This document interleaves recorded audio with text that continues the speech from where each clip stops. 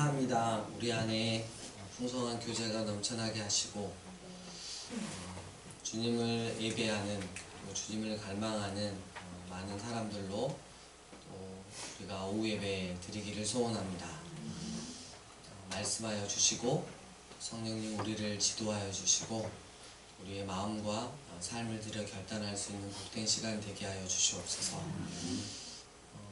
하나님 아버지와 예수님이 하나이신 것처럼 우리도 예수님과 또 우리 공동체 가운데 온전히 예수 그리스도 복음 안에서 하나가 되는 그런 복된 교제 누리기를 소원합니다. 주님 감사합니다. 예수님 이름으로 기도드립니다. 아멘. 할렐루야. 오늘은 열왕기상 앞부분을 같이 나눴으면 좋겠습니다. 성경에서 그 레이기 다음으로 머리가 아픈 지역이 열왕기상하가 되겠죠. 우리나라 왕도 제대로 모르는 표시만 해놓을게요. 표시만 해놓고 읽으시면서 하면 되니까 몇 왕만 좀 기억하면 될 것 같습니다. 열왕기상 1절에 다윗 왕이 나이가 많아 늙으니 조금 전에 이렇게 얼마 전에 사무엘 하에서 사울이 죽었다 그랬잖아요. 한 인물들이 이렇게 나이가 많고 늙고 죽으면 한 시대가 지나가는 거죠. 인생의 덧없음. 이때 5절에 보면 아도니아라고 하는 아들이 있었어요.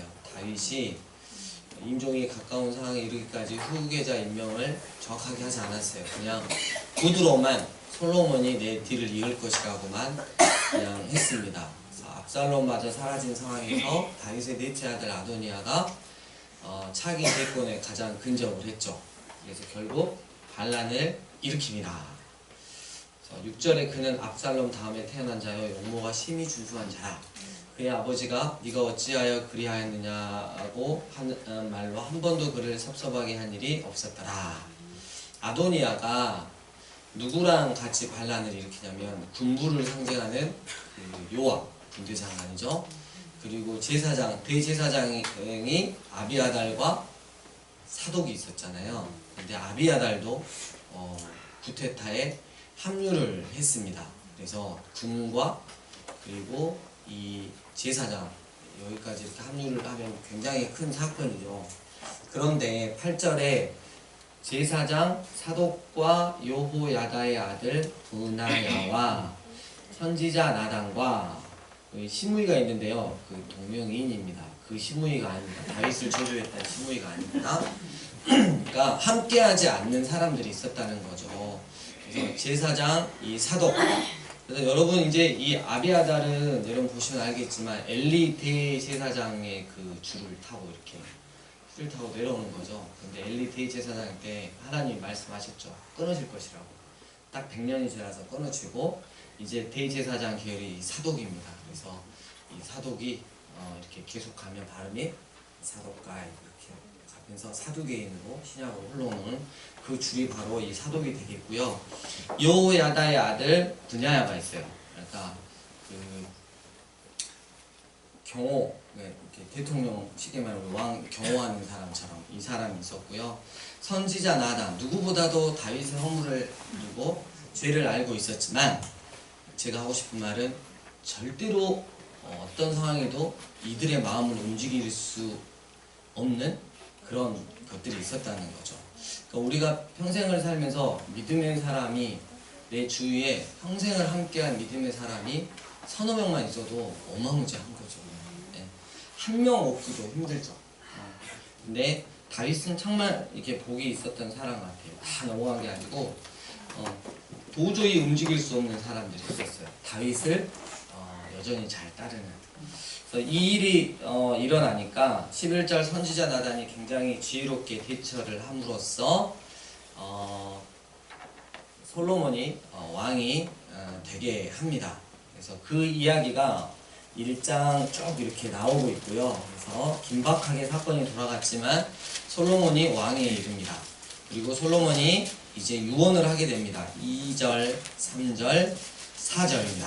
2장 2절, 3절, 4절 함께 읽으면서 유언은 우리도 이렇게 해야 하는 거라고 생각하시면서 한번 읽어봅시다. 시작.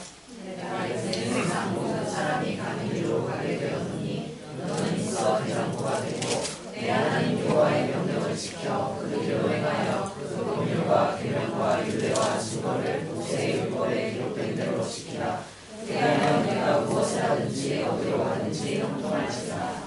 여호와께서 내일에 대하여 말씀하시기를 만일의 자손들이 그들의 길을 삼가 마음을 다하고 성품을 다하여 진실이 내 앞에서 행하면 이스라엘 왕위에 오를 사람이 내게서 끊어지지 않으리라 하신 말씀을 확실히 이루게 하시리라.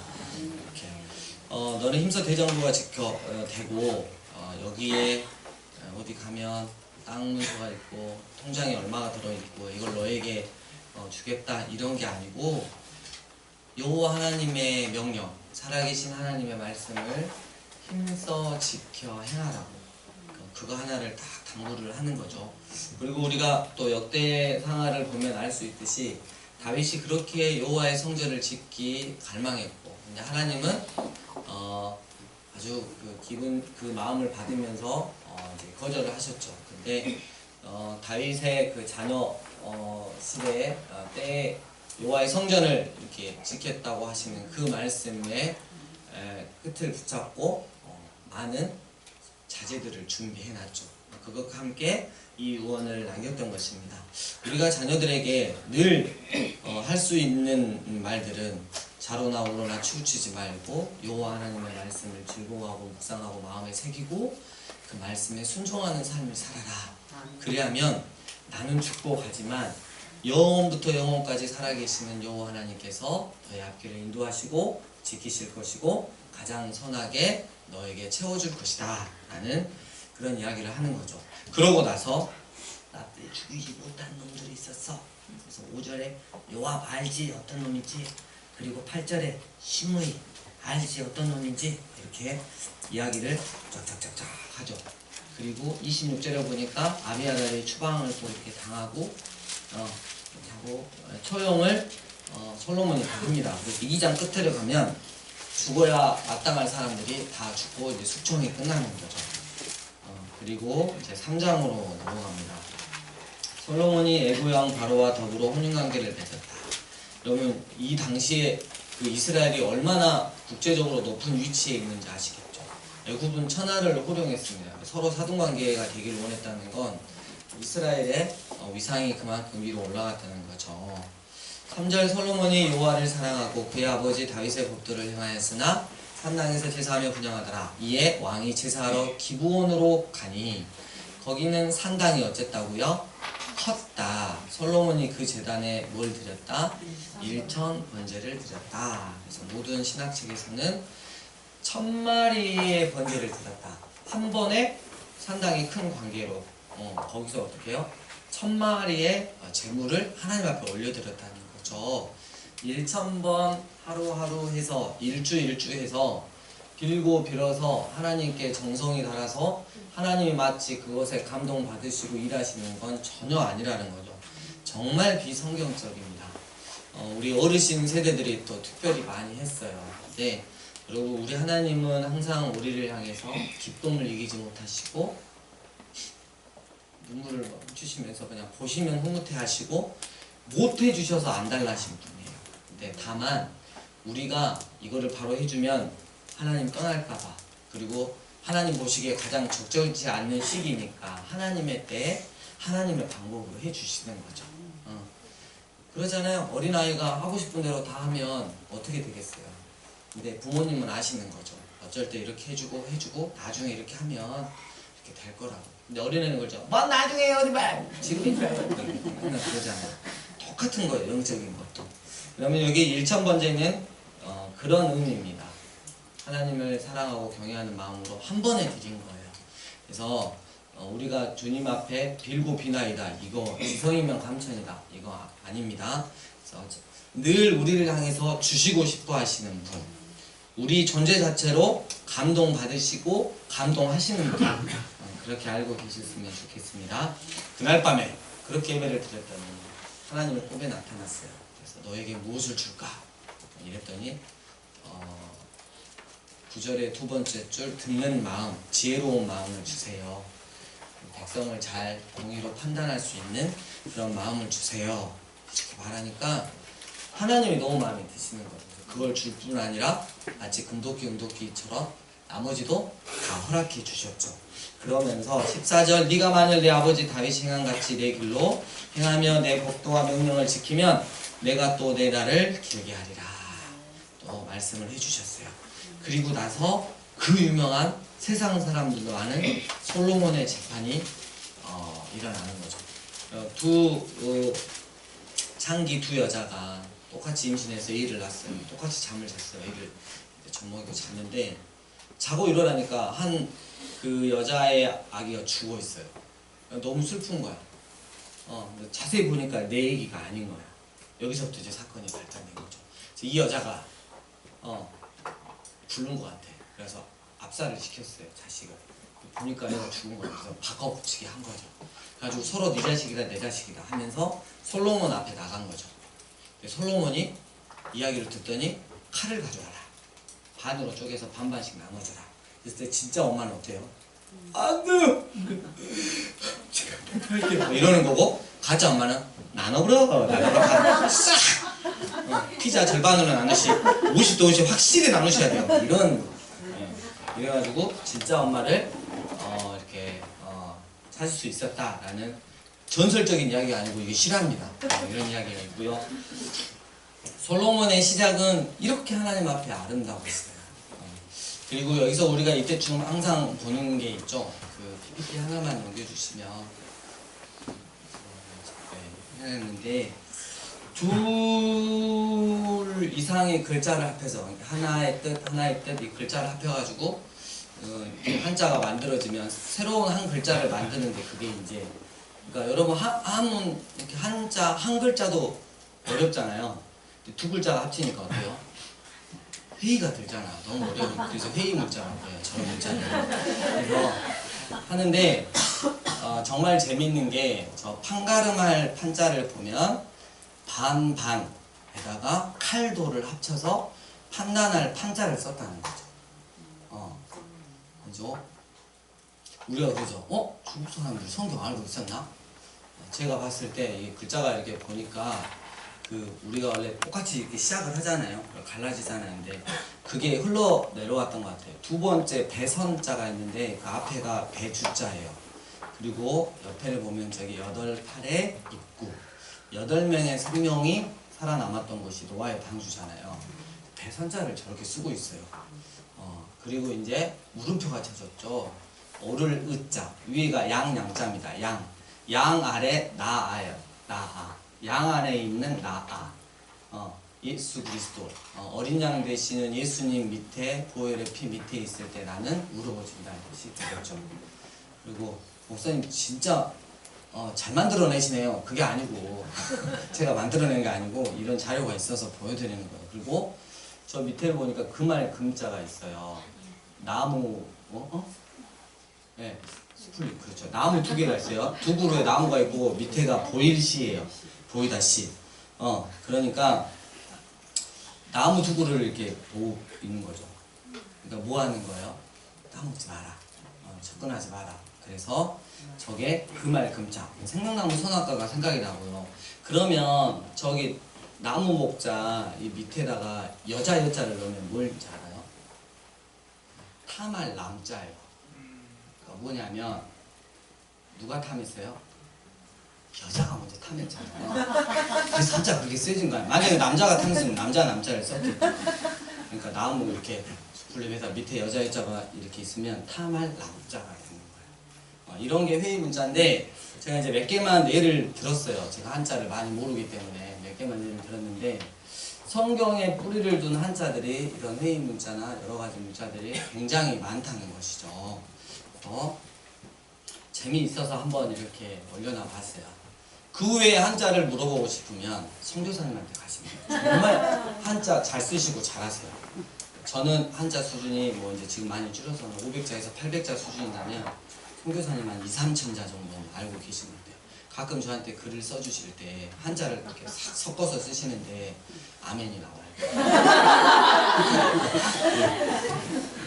자, 솔로몬은 이렇게 겸손하게 시작을 했습니다. 그리고 4장에 보면 솔로몬이 얼마나 부유했는지를 이렇게 보여주고 있고요. 그 25절 솔로몬이 사는 동안에 유다와 이스라엘이 단에서부터 부엘세바에 이르기까지 각기 포도나무 아래와 무화과나무 아래에서 평안히 살았더라. 그래서 이스라엘의 이런 그 대표적인 작물들이 이렇게 나오면서 평안히 거할 수 있었던, 그래서 말 그대로 이 샬롬, 평안을 누리는 그 시대가 바로 솔로몬 시대였죠.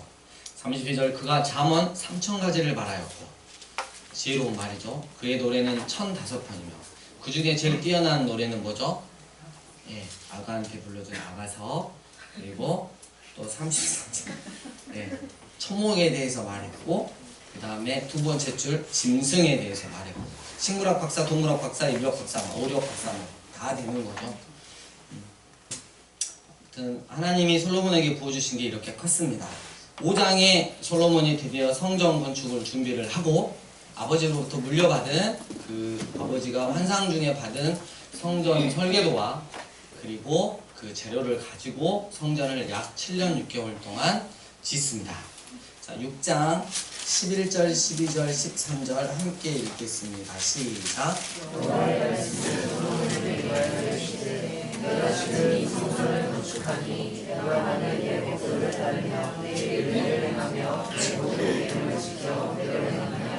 내가 아버지 다윗에게 한 말을 내게 확실히 이룰 것이요 내가 또한 이스라엘 자손 가운데 거하며 내 백성 이스라엘을 버리지 아니하리라 하였더라.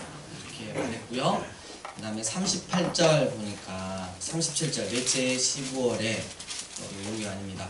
여호와의 성전 기초를 쌓았고 11째 9월 곧 8째 달에 그 설계와 식양대로 성전 건축이 다 끝났으니 솔로몬이 7년 동안 성전을 건축하였더라. 그리고 나서 이제 7장에는 솔로몬이 거하는 궁을 13년 동안 건축을 합니다.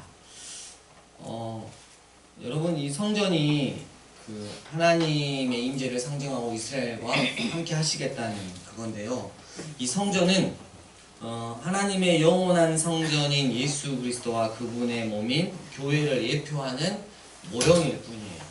이걸 계속 붙잡고 있으면 안 되는 거죠. 그래서 모형을 계속 붙잡으면 안 되니까, 여러분 모형이 필요한 게 아니고 우리한테 진짜가 필요한 거잖아요. 이단들이 여기서 못 벗어나는 경우가 되게 많잖아요. 그래서 결국 분열왕국 시대로 이제 접어드는 그런 수밖에 없는 그런 거밖에 되지 않을까, 이런 생각을 좀 해보았습니다. 그리고 13년 동안 솔로몬이 궁을 짓고요. 쭉 이렇게 읽어보시면 되고, 그리고 8장에 언약궤를 성전으로 옮깁니다. 이때 5절 양과 소로 제사를 지냈으니 그 수가 많아 기록할 수도 없고 셀 수도 없었더라. 그래서 그 1000번째 말고 뭐 하나님 앞에 또 그렇게 비나이다 비다하고 싶으면 셀 수 없을 정도로 뒤에 가면 12만 마리 드렸거든요. 12만 번째 같은 거 여러분 또 매일 하시다가 기절하셔가지고 또 할 수 있으니까 절대 그거는 성경적이지 않다는 걸 제가 다시 한번 말씀드립니다. 그리고 나서 22절에 솔로몬이 기도합니다.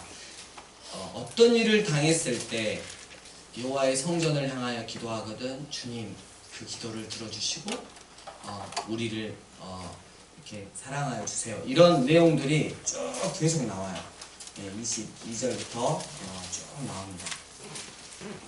그리고 나서 백성들에게 61절 이렇게 말합니다. 그런즉 너희의 마음을 우리 하나님 여호와께 온전히 바쳐 완전하게 하여 오늘과 같이 그의 법도를 행하며 그의 계명을 지킬지어다. 63절 솔로몬이 화목제 희생제물을 드렸으나 곧 여호와께 드린 소가 22,000마리요 양이 12만 마리다. 이렇게 어마무지하게 드렸죠. 자, 9장으로 넘어갑니다. 하나님께서 2절 여호와께서 전에 기브온에서 나타나신 같이 다시 솔로몬에게 나타나사 4절 네가 만일 내 아버지 다윗이 행한같이 마음을 온전히 하고 바르게 하여 내 앞에서 행하며 내가 네게 명령한 대로 온갖 일에 순종하여 내 법도와 윤례를 지키며 영원히 견고하게 서리라 라는 말씀들을 해주십니다. 만약 그렇지 않으면 큰일 난다 그런 이야기도 해주셨어요. 정말 중요한 것은 늘 언제나 하나님의 말씀으로 우리가 살아내는 것이 중요한 거죠. 10장으로 넘어갑니다. 스바의 여왕이 나옵니다. 아라비아 반도 남서쪽에 위치한 예멘이죠. 예멘. 예. 그 여왕이 찾아왔어요. 명성을 듣고 찾아와가지고 엄청난 금은 보화를 싣고 찾아왔죠. 왜 찾아왔냐면 솔로몬의 지혜를 한번 듣고 싶어서. 그래서 찾아와가지고 묻는데 솔로몬이 거침없이 대답을 하는 거야. 가지고 완전히 뿅 가버린 거죠. 그리고 나서 5절 세 번째 줄 여호와의 성전에 올라가는 층계를 보고 솔로몬이 이렇게 지어놨잖아요. 너무 멋있고 현란하니까 이렇게 쓰러지면서 야 이거 현실이냐? 레알? 막 이러면서 이야기를 하는 거야. 세상에 이런 아름다운 건축물을 솔로몬이 짓다니. 그러면서 소문으로 들었던 것보다 훨씬 더 솔로몬 왕이시여 당신이 대단하십니다. 이런 이야기를 했죠. 제가 계속 이런 이야기를 이제 조금씩 쌓아 올라가는 이유는 솔로몬이 마지막에 변했기 때문이죠. 이렇게까지 하나님이 높여주셨어요. 인간이 참 마음이 아프죠. 11장으로 넘어갑니다. 솔로몬 왕이 바로의 딸 외에 이방의 많은 여인을 사랑하였으니 곧 모압과 암몬과 에돔과 시돈과 헷이니라. 3절 왕은 후궁이 700명이요 첩이 300명이라. 그의 여인들이 왕의 마음을 돌아서게 하였더라. 그 여자들이 들어올 때 혼자 들어오는 게 아니고 누구를 갖고 들어와요? 그 나라의 우상을 가지고 들어오니까. 그리고 이제 솔로몬이 나이를 먹으니까 자꾸 옆에서 이렇게 하니까 결국 솔로몬도 하나님에 대한 유일한 신앙을 저버리고 변질된 신앙으로 가는 거죠. 4절 솔로몬이 나이가 많을 때에 그 여인들이 그의 마음을 돌려 다른 신들을 따르게 하였다. 9절 솔로몬이 마음을 돌려 이스라엘의 하나님 여호와를 떠나므로 여호와께서 그에게 진노하시니라. 여호와께서 일찍이 2번이나 그에게 나타나시고 이 일에 대하여 명령하사 다른 신을 따르지 말라 하였으나 그가 여호와의 명령을 지키지 않았다. 결론 11절 내가 반드시 이 나라를 내게서 빼앗아 내 신하에게 주리라. 그 신하의 이름은 르호보암입니까? 여로보암입니까? 여로보암입니다. 여로보암에게 줬습니다. 자, 그리고 이제 솔로몬의 대적이 일어납니다. 14절 에돔 하닷 사람, 그리고 23절 수리아 북쪽에 있는 르손 이렇게 있고요. 26절에 잘 알고 있는 여러분 여로보암이 등장하게 됩니다. 원래 솔로몬의 신하였는데 선지자 아이야가 29절에 보니까 옷을 막 가득 새 옷을 잡아서 12조각 해서 12조각 중에 10조각을 주죠. 네가 이 나라를 다스리게 될 거라고. 솔로몬은 하나님 앞에 교만했기 때문에 뺏기게 될 거라고. 이 사실을 알고 솔로몬이 갈구려고 하니까 여로보암이 외국으로 피해 있었죠. 그리고 이제 솔로몬이 죽습니다. 그리고 이제 12장에 솔로몬의 아들인 누가? 르호보암이 나옵니다. 그래서 우리가 북이스라엘, 남이스라엘 이렇게 유다할 때 이렇게 뭘로 생각하시면 된다고 그랬어요? 왕? 열. 10열로 생각하면 되죠. 열. 북쪽은 뭐예요? 여로보암 왕으로 시작하고 열, 니을이니까 뭘로 시작해요? 남쪽은? 르호보암으로 이렇게 시작한다고 그랬죠. 이런 거 신학교에서 가르쳐주면 엄청 좋아하는데 못 외워. 원래 뛰어갔어요. 저도 못 외웠어요. 아무튼 이 르호보암이 신하들이 찾아왔을 때 그동안 아버님께서 너무나 힘든 그런 고역들을 시켜서 좀 더 그걸 가볍게 해주면 우리가 충성하겠습니다 이렇게 이야기를 했고, 르호보암이 그 솔로몬 때부터 신하였던 어른들한테 장로들한테 이야기를 들었을 때 그럼 그렇게 해주십시오 이랬는데, 자기 친구 또래인 그 자들에게 이야기를 들었을 때 이 자들이 너무 편해서 그렇다고 더 심하게 하라고. 근데 이 어른들의 지혜로운 말씀을 듣지 않고 자기 친구 또래의 그 말을 들음으로써 결국은 남북이 갈라지는 일이 생겼습니다. 그리고 북쪽이 이제 여로보암이 10지파가, 그리고 이제 남쪽 유다와 베냐민 지파가 또 2지파가 이렇게 유다를 형성을 하게 되는 거죠. 우리나라 남북으로 나뉜 것처럼 사울 왕, 다윗 왕, 그 다음에 솔로몬 왕 다음에 이제 북과 남으로 나눠서 각각 약 21명의 왕들이 바뀌어가면서 남북 전쟁을 일으키고 그리고 정말 엉망진창인 그런 시대를 살아가게 되는 거죠. 그 가운데 선지자들이 부지런히 나와서 하나님의 말씀을 대언하지만 귀찮다고 하고 따기 때리고 결국 선지자들을 죽이기까지 하는 그 자들이 바로 하나님이 선택한 이스라엘이었답니다. 하나만 더 하고 마치겠습니다. 여로보암이 보니까 자꾸 절기만 되면 남북이 나눠져 있는데 남쪽에 예루살렘에 여호와의 성전이 있으니까 자꾸 내려가는 거야. 이러다가 마음이 뺏길 것 같으니까 이 경계선 여기 베델하고 위쪽 경계선 단 남과 북에다가 큰 송아지 상을 세워놓고 너희가 굳이 예루살렘까지 갈 필요 없다. 여기에다가 이게 하나님이다. 그래서 여호를 경배하면 된다. 그래서 우상을 섬기게 하는 어마무지한 죄를 저지릅니다. 그게 28절에 나와 있어요. 12장. 그리고 두 번째로 31절에 레위 자손이 아닌 보통으로 제사장을 삼았어요. 그러니까 레위 자손만 제사장을 할 수 있다고 분명히 하나님 말씀에 기록되어 있음에도 불구하고 자기 마음에 든 사람을 채용했다 이거죠. 그리고 32절 절기를 또 바꿨어요. 이거를 보면서 우리가 좀 적용해야 될 게 이제 북이스라엘 왕들은 악의 기준인 여로보암 왕을 다 따라서 행하는 거죠. 우리가 좀 생각해 봐야 될 게 시대적인 상황과 조건이 변한들 그래서 어쩔 수 없이 받아들이고 새롭게 해석해야 하는 상황에 처한들 근본적인 것은 지극히 말씀적인 것은 지켜야 하지 않는가 이런 생각을 해봅니다.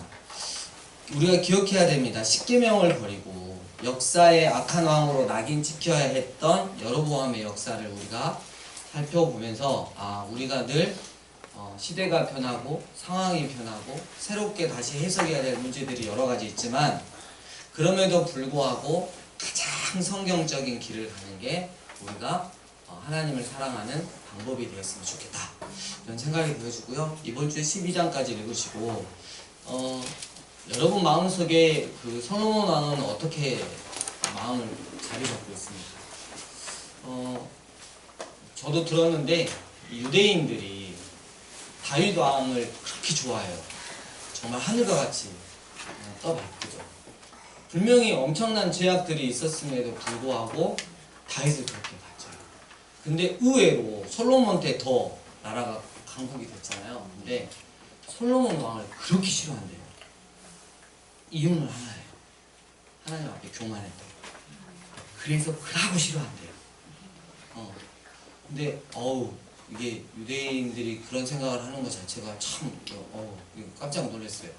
그래서 저도 제 마음 안에 이렇게 솔로몬에 대해서는 어느 정도 점수를 많이 매기고 있었는데 그 다음부터 저도 교만했으니까 별로 많이 안 좋아하고 나도 그럼 저도 적용해보면 그렇게 하나님 앞에 바라는 거 없이 백성들을 잘 다스릴 수 있는 그 마음 달라고 해서 그렇게 하나님께서 채워주셨는데 마지막 때 변해하는 그런 모습 같고 그래서 그거는 자기가 이제 마치 하나님이 되고자 하는 그래서 우리 안에 교만함이 있으면 결코 하나님께서 사랑하실 수 없는 오히려 부족함과 연약함이 있을 때 당신의 강함으로 그냥 들이부어주시는 하나님의 은혜 우리가 그런 마음들을 좀 깨달으면서 이번 한 주 열왕기상 12장까지 좀 읽었으면 좋겠습니다.